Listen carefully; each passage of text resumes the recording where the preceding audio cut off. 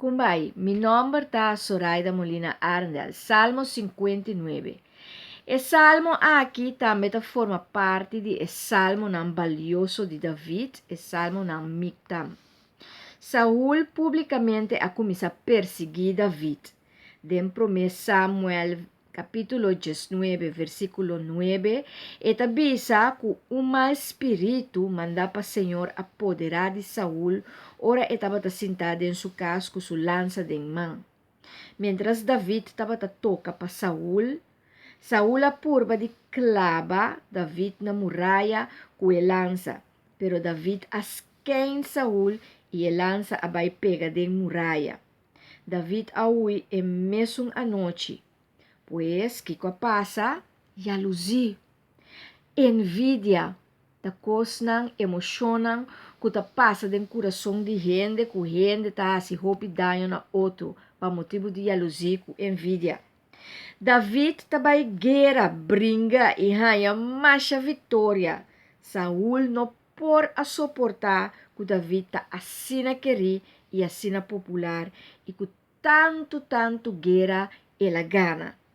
Hasta e de Saúl, Jonathan, estava com David e a papia na seu favor.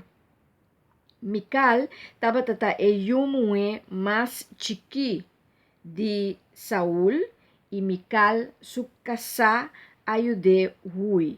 Ela ajuda pues David Rui.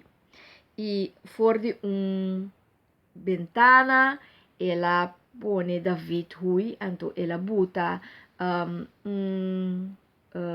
Deus falso, pues standbeeld de Deus falso, com cabrito para cabei, então assim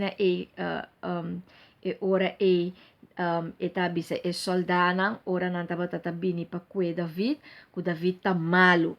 Então ela ajuda David su casa para ir por Rui. E assim David abai e huyendo para Saúl, ela vai cerca Samuel, e profeta na Rama. Den Salmo 59, David hace oração. Para que está se oração? Está oração para liberação.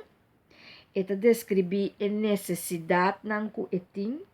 David sua necessidade da ajudança de Deus, liberação de inimigo. E Deus, maneira nós conhecemos Deus, o coração, está contestar. E esse essa, esse mês está sigue alabar Senhor, e está sigue bisa que Deus está me fortaleça, forte. Deus está bondadoso e está bondade.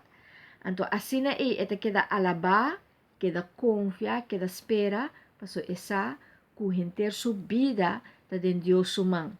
Então, que Deus está liberele, se aquele for de apuro, e o dele, para assim por Rui escapa for de inimigo. Deus bendicionado e enjoy the journey.